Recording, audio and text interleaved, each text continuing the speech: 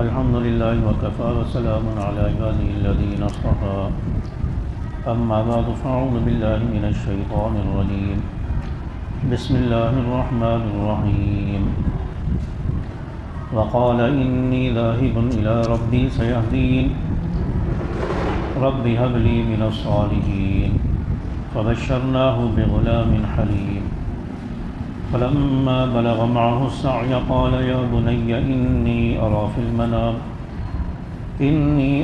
المنام أني أذبحك فانظر ماذا ترى قال يا أبت افعل ما تؤمر ستجدني إن شاء الله من الصابرين صدق الله العظيم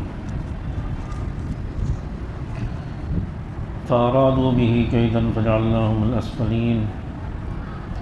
اسی طرح انہوں نے ابراہیم علیہ السلام کے خلاف ایک بڑا منصوبہ بنایا، لیکن ہم نے ان قوموں کو نیچا دکھایا۔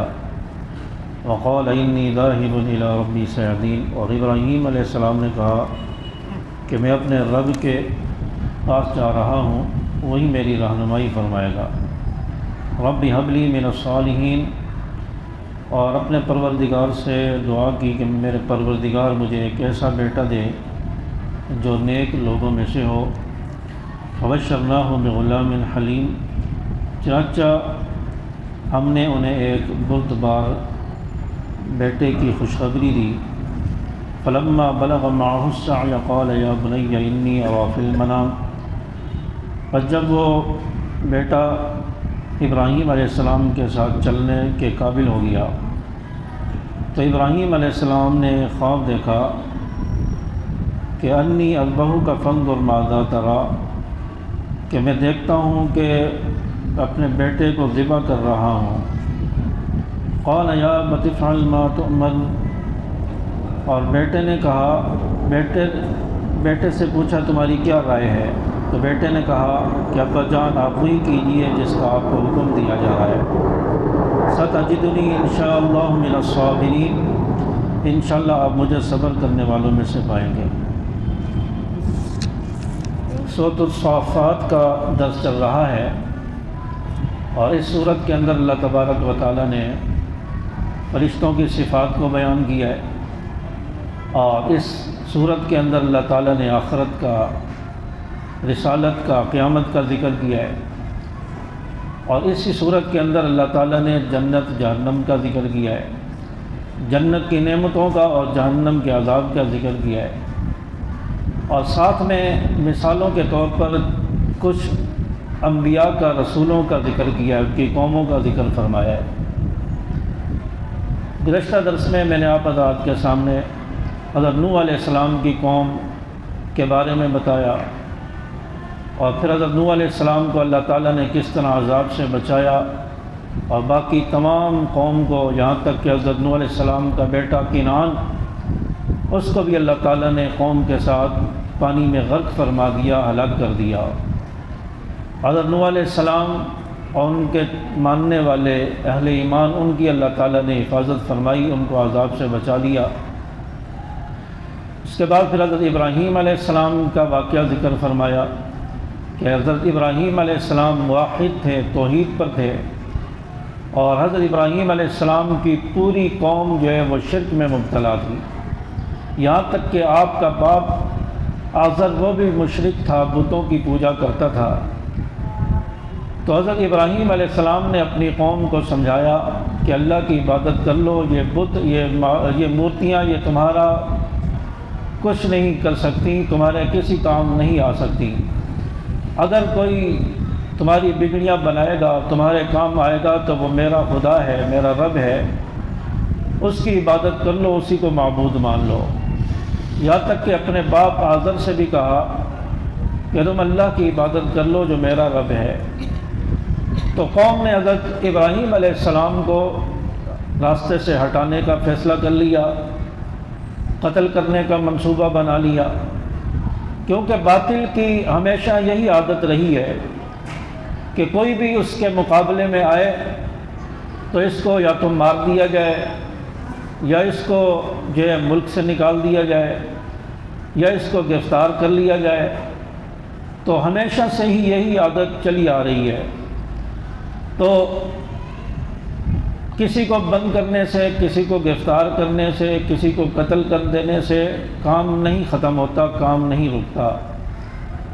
یہ تو انبیاء علیہ الصلوۃ والسلام سے یہ سلسلہ چلا آ رہا ہے، لیکن دین آج بھی باقی ہے، اسلام آج بھی باقی ہے، انبیاء کا نام آج بھی باقی ہے۔ جن قوموں نے نقصان پہنچایا، ظلم کیا، ان کو کوئی یاد نہیں کرتا، ان کو ظالموں کے نام سے دنیا یاد کرتی ہے۔ تو اس قوم نے حضرت ابراہیم علیہ السلام کو راستے سے ہٹانے کا فیصلہ کر لیا اور آگ جلا کر اس میں ڈالنے کا فیصلہ کیا، اور یہاں تک کہ آگ میں پھینک دیا گیا۔ تو اللہ تعالیٰ نے آگ کو حکم دے دیا کہ ٹھنڈی ہو جا، آگ اللہ کے حکم سے ٹھنڈی ہو گئی۔ اور یہاں پر یہ بھی بتانا مقصود ہے کہ کسی کو آگ میں پھینک دینے سے یا کسی کو مارنے سے، گولیاں مار دو یا اور کوئی ایسا طریقہ اختیار کر لو، تو موت اس کو جب ہی آئے گی جب اللہ چاہے گا۔ آگ اس کو اس وقت جلائے گی جب اللہ کا حکم ہوگا، ورنہ آگ بھی کسی کو نہیں جلا سکتی۔ تو ابراہیم علیہ السلام کے اس واقعے سے یہ بھی پتہ چلا کہ سب کچھ کرنے والی ذات اللہ کی ہے، موت دینے والی ذات بھی اللہ کی ہے۔ آگ بھی کسی کو موت نہیں دے سکتی۔ چنانچہ آگ میں ڈال دیا گیا، آگ ٹھنڈی ہو گئی۔ اللہ تعالیٰ نے پھر حضرت ابراہیم علیہ السلام کو بچایا، قوم کی تدبیریں جھوٹی ہو گئی، فیل ہو گئی۔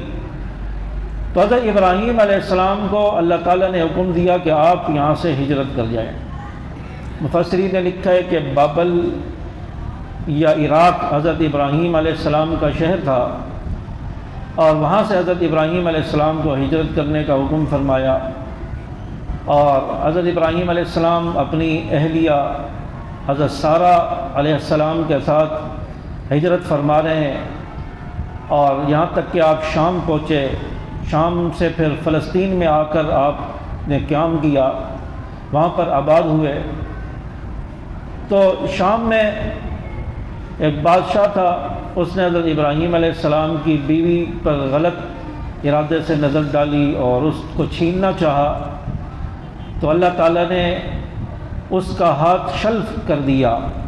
بعض مفسرین نے لکھا ہے کہ اس کے جو ایوان تھا، اس کا جو محل تھا، اس میں زلزلہ آ گیا، لرزنے لگا۔ تو حضرت سارہ نے کہا کہ یہ ابراہیم علیہ السلام کی وجہ سے زلزلہ آیا ہے، تو نے مجھ پر ہاتھ اٹھایا ہے، چاچا تو اپنے ارادے سے توبہ طائب ہو، پھر یہ زلزلہ رکے گا۔ چاچا وہ توبہ طائب ہوا، اس نے ارادہ ترک کیا، اس کے بعد وہ زلزلہ تھما۔ بعض مفسرین نے لکھا ہے کہ اس کا بادشاہ کا ہاتھ شل ہو گیا، کہ اس نے حضرت سارہ سے معافی مانگی، کہا کہ اللہ سے دعا کرو، اپنے رب سے دعا کرو میرا ہاتھ ٹھیک ہو جائے۔ تو حضرت سارہ نے اس کو معاف کیا اور ہاتھ ٹھیک ہو گیا۔ چنانچہ حضرت سارہ حضرت ابراہیم علیہ السلام کے ساتھ ہیں۔ پھر بادشاہ نے حضرت ابراہیم علیہ السلام کی خدمت کے لیے ایک خادمہ دی جن کا نام ہاجرہ تھا۔ تو حضرت ہاجرہ سے حضرت ابراہیم علیہ السلام نے بعد میں جا کر نکاح کیا، اور پھر حضرت ہاجرہ سے ہی حضرت اسماعیل علیہ السلام پیدا ہوئے۔ حضرت سارہ کے بطن سے حضرت اسحاق علیہ السلام پیدا ہوئے، اور اسحاق علیہ السلام سے بھی اللہ تعالیٰ نے انبیاء کا سلسلہ جاری فرمایا۔ حضرت اسحاق علیہ السلام کی اولاد میں حضرت یعقوب علیہ السلام پیدا ہوئے۔ یعقوب علیہ السلام کی اولاد میں پھر 12 بیٹے تھے، پھر ان میں حضرت یوسف علیہ السلام کو نبوت ملی۔ تو یہ اس طرح سلسلہ چلتا چلا گیا۔ بنی اسرائیل کے نبی حضرت اسحاق علیہ السلام کی اولاد سے آئے، پھر حضرت اسماعیل علیہ السلام کی اولاد میں بھی انبیاء کا سلسلہ جاری رہا، اور اسماعیل علیہ السلام کی اولاد سے ہی آپ صلی اللہ علیہ وسلم ہمارے پیارے نبی جناب رسول اللہ صلی اللہ علیہ وسلم آئے۔ اور یہ آخری امت جو ہے یہ بھی ملت ابراہیمی کہلاتی ہے، کیونکہ ابراہیم علیہ السلام کی شریعت کی بعض چیزیں آج ہمارے دور میں بھی آپ صلی اللہ علیہ وسلم کی شریعت میں بھی رائج ہیں، تو اس لیے ملت ابراہیمی بھی کہا جاتا ہے۔ چنانچہ حضرت ابراہیم علیہ السلام نے ہجرت فرما لی اور فلسطین میں آ کر آباد ہو گئے۔ جب یہاں پر آباد ہوئے پھر حضرت ابراہیم علیہ السلام نے کچھ دنوں کے بعد خواب دیکھا۔ پہلے تو حضرت ابراہیم علیہ السلام کی اولاد نہیں ہے۔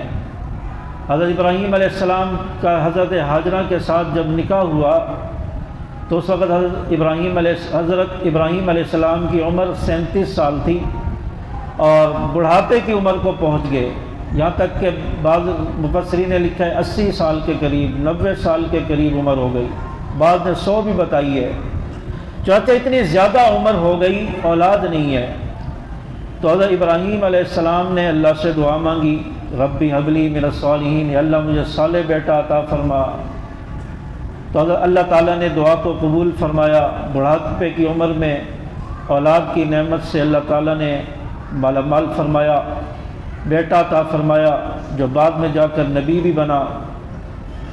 اور ابھی ابراہیم علیہ السلام کی اولاد بیٹا پیدا ہوا، اسماعیل نام رکھا گیا، اور پھر خواب دیکھا، جب بچہ چلنے کے قابل ہوا، بچہ بولنے لگا، جب پیارا لگنے لگا اور باپ کی محبت بھری نظروں اس پر جمنے لگی، اور اس وقت خواب دیکھا کہ میں بیٹے کو ذبح کر رہا ہوں۔ تو بیٹے کے سامنے حضرت ابراہیم علیہ السلام نے ذکر کیا کہ میں نے یہ خواب دیکھا ہے، ایک دن دیکھا، دوسرے دن دیکھا، تیسرے دن دیکھا۔ تو بیٹے کے سامنے جب ذکر کیا کہ میں اس طرح خواب میں دیکھا ہوں کہ تیرے گلے پر چھری چلا رہا ہوں، تو بیٹا بھی اسماعیل تھا، نبی تھا۔ بیٹے نے کہا کہ ابا جی آپ کو جو حکم ہوا ہے آپ اس کو پورا کر دیجئے، آپ مجھے انشاءاللہ صبر کرنے والوں میں سے پائیں گے۔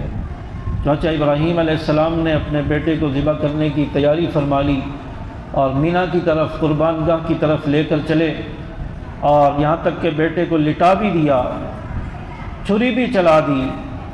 بیٹے نے کہا کہ ابا جی اپنی آنکھوں پر آپ پٹی باندھ لیجئے، کہیں محبت، باپ کی محبت ہے، شفقت ہے، کہیں اس کی وجہ سے آپ چھری پھیرنے سے کہیں آپ کا ہاتھ رک نہ جائے۔ چاچا فرمایا کہ آپ بھی اپنی آنکھوں پر پٹی باندھ لیں، میرے ہاتھوں کو بھی باندھ دیں۔ چاچا ابراہیم علیہ السلام نے اپنی آنکھوں پر پٹی باندھی، گردن پر چھری چلا دی، اور اتفاقاً ایسا ہوا کہ جنت سے اللہ تعالیٰ نے مینڈا بھیج دیا، اور وہ آ کر لیٹا اور وہ اس کی گردن پر چھری چل گئی، اور حضرت اسماعیل علیہ السلام کھڑے ہیں، ان کو کچھ بھی نہیں ہوا۔ ادھر ابراہیم علیہ السلام یہ سمجھ رہے ہیں کہ میں نے بیٹے کی گردن پر چھری چلا دی ہے اور میرا بیٹا ذبح ہو گیا، میں امتحان میں کامیاب ہو گیا ہوں۔ چاچا جب پٹی ہٹا کر دیکھا، بیٹا تو سامنے صحیح سلامت کھڑا ہے، اور جو ذبح ہوا ہے وہ تو ایک دمبا ہے۔ تو اللہ تعالیٰ نے فرمایا ابراہیم آپ نے خواب کو سچ کر دکھایا ہے، آپ نے میرے حکم کی تعمیل کر دی ہے، میں تجھ سے راضی ہو گیا ہوں۔ چنانچہ دمبا آ کر ذبح ہوا، دمبے کی گردن پر چھری چلی، اور یہاں پر یہ بات پتہ چلتی ہے کہ چھری بھی اس وقت گردن کاٹے گی جب اللہ کا حکم ہوگا، ورنہ چھری بھی گردن نہیں کاٹ سکتی، چھری بھی گردن نہیں کاٹے گی۔ تو چھری اس وقت چلے گی جب اللہ کا حکم ہوگا، اللہ کا حکم نہیں تھا، چھری کو اللہ نے روک دیا، گردن نہیں کاٹنی۔ چنانچہ چھری اسماعیل علیہ السلام کی گردن پر نہیں چلی، بلکہ دمبے کی گردن پر، مینڈے کی گردن پر چلی ہے، اور قیامت تک آنے والے مسلمانوں کو یہ حکم دے دیا کہ ابراہیم علیہ السلام کی سنت کو زندہ کرتے ہوئے، ابراہیم علیہ السلام کے خواب کی تعمیل کرتے ہوئے ہمیشہ ہر سال جانور کی قربانی کرنی ہے، مینڈے کو ذبح کرنا ہے، جانور کو، گائے کو، بھینس کو، اونٹ کی قربانی دینی ہے، تاکہ ہر سال ابراہیم علیہ السلام کی سنت زندہ ہوتی رہے۔ اور یہاں پر علماء فرماتے ہیں کہ جانور کی قربانی ہے یہ اصل کا بدل ہے، اصل قربانی تو اولاد کی قربانی ہے، اور مسلمان کو ہر وقت تیار رہنا چاہیے کہ جب دین اسلام کے لیے اولاد کی قربانی اسلام مانگے تو انسان جو ہے اولاد کی قربانی دینے کے لیے بھی تیار ہو جائے۔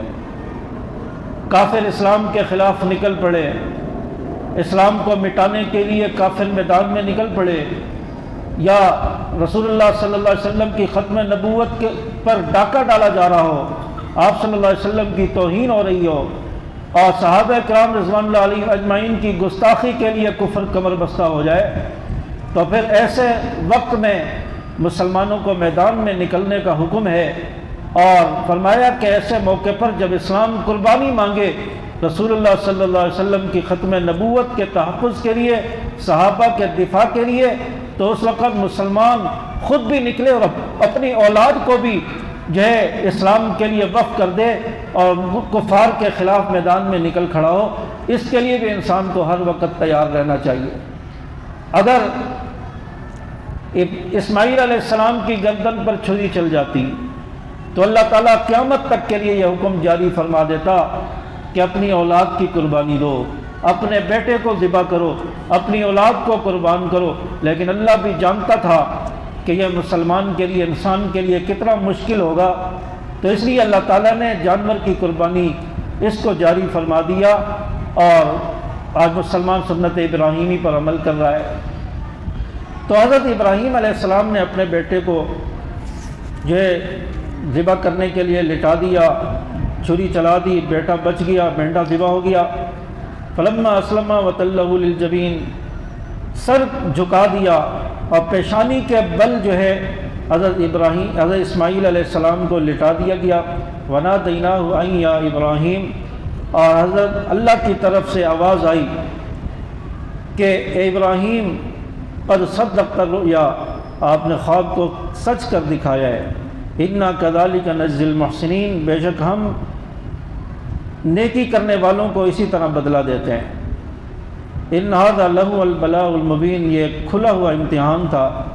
بعض لوگوں نے کہا کہ حضرت ابراہیم علیہ السلام کو پتہ تھا کہ بیٹے کی گردن پر چھری نہیں چلے گی، اگر پتہ تھا تو پھر امتحان کیسا؟ اگر معلوم ہو کہ گردن پر چھری نہیں چلے گی، میں جو کچھ بھی کر لوں، پھر وہ امتحان نہیں رہتا۔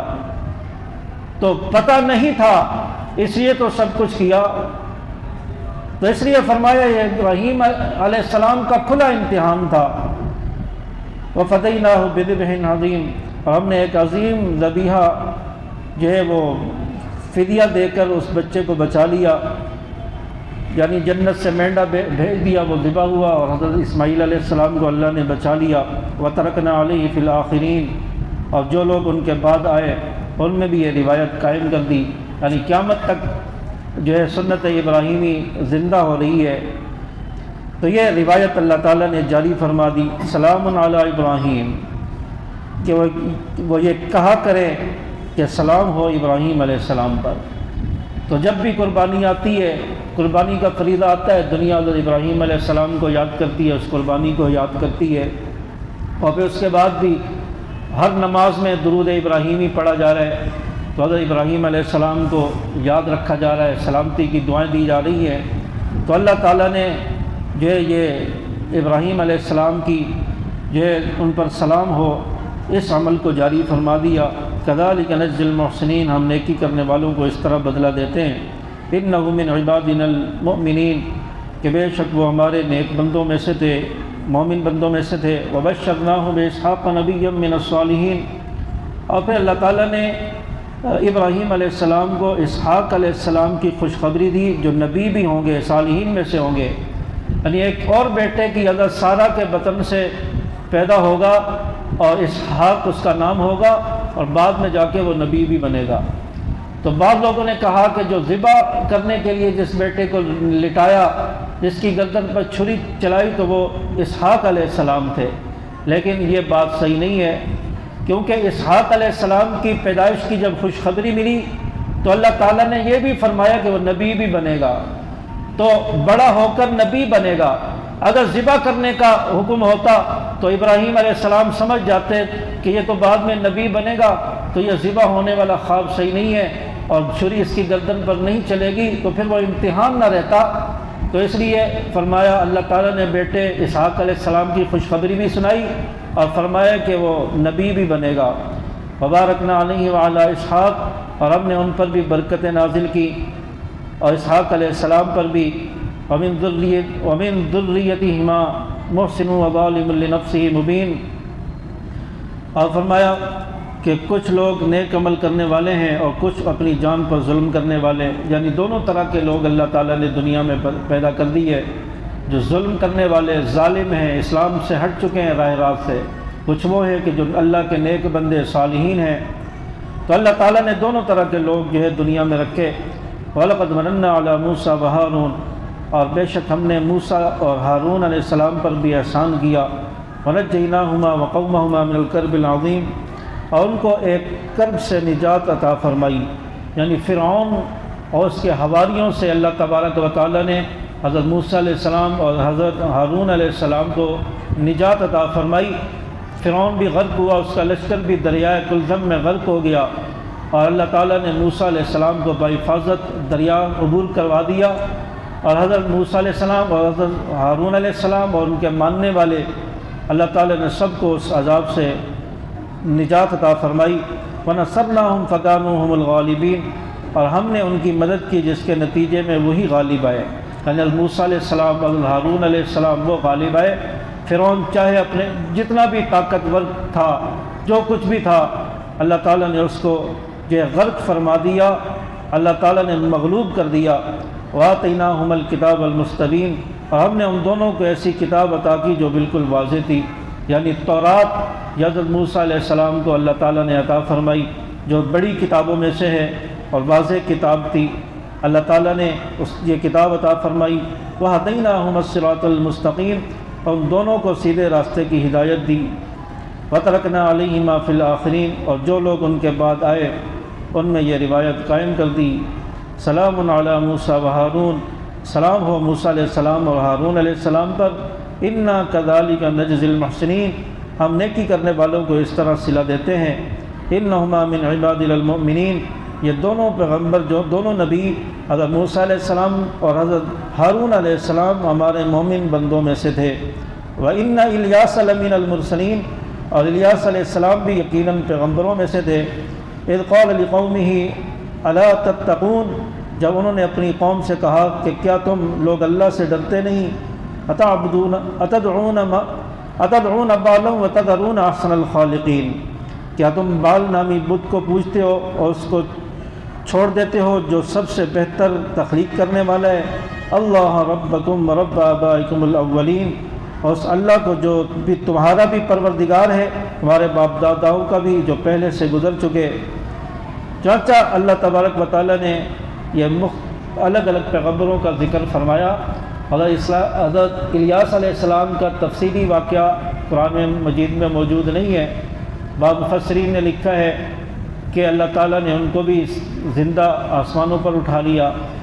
تو مختلف اقوال ہے، چنانچہ اس الیاس علیہ السلام کا تفصیلی ذکر قرآن مجید میں نہیں ملتا، روایات میں نہیں ہے، صرف ان کا نام قرآن مجید میں 2-3 جگہ پر آیا ہے۔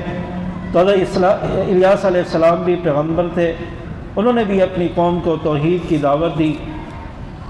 چنانچہ فرمایا کہ فَكَذَّبُوهُ فَإِنَّهُمْ لَمُحْضَرُونَ، انہوں نے قوم نے حضرت الیاس علیہ السلام کو جھٹلایا۔ لَمُحْضَرُونَ، اس لیے وہ ضرور عذاب میں دھر لیے جائیں گے۔ اس قوم کو بھی اللہ تعالیٰ نے فرمایا بھی عذاب میں حاضر کیے جائیں گے۔ إِلَّا عِبَادَ اللَّهِ الْمُخْلَصِينَ، البتہ اللہ کے برگزیدہ بندے محفوظ رہیں گے، جو اللہ کے نیک بندے ہیں وہ محفوظ رہیں گے۔ وَتَرَكْنَا عَلَيْهِمَا فِي الْآخِرِينَ، اور جو لوگ ان کے بعد آئے ہم نے ان میں روایت قائم کر دی۔ سلام علی الیاسین، اور سلام ہو الیاس علیہ السلام پر۔ انا کذالک نجزی المحسنین، ہم نیکی کرنے والوں کو اس طرح بدلہ دیتے ہیں۔ انہ من عبادنا المؤمنین، بے شک وہ ہمارے نیک بندوں میں سے تھے۔ تو اللہ تبارک و تعالیٰ اپنے نیک بندوں کو محفوظ رکھتے ہیں، ان کی حفاظت فرماتے ہیں۔ تو اس لیے قیامت تک اللہ تبارک و تعالیٰ ایمان والوں کو، اہل ایمان کو محفوظ فرمائیں گے۔ اور جو نماز پڑھنے والے ہوتے ہیں ان کی تو اللہ تعالیٰ قیامت کی سختی سے حفاظت فرمائیں گے۔ جن کا دل ہر وقت مسجد میں لگا رہتا ہے، روایات میں آتا ہے کہ اللہ تعالیٰ بیت اللہ کو محفوظ رکھیں گے، اور یہ جو باقی دنیا کی مساجد ہے، یہ بیت اللہ کی بیٹیاں ہیں، یہ مساجد کی جگہ قیامت کے دن محفوظ رہیں گی۔ اور جن کا دل مساجد میں لگا رہتا ہے، جو نمازی ہوتے ہیں، اللہ تعالیٰ ان لوگوں کو بھی قیامت کے دن جو ہے محفوظ رکھے گا۔ اور یہی جگہ، مساجد کی جگہ، ان لوگوں کے ایمان کی، ان کی نمازوں کی قیامت کے دن گواہی بھی رہیں گی۔ تو اللہ تبارک و تعالیٰ اہل ایمان کی حفاظت فرمائے گا۔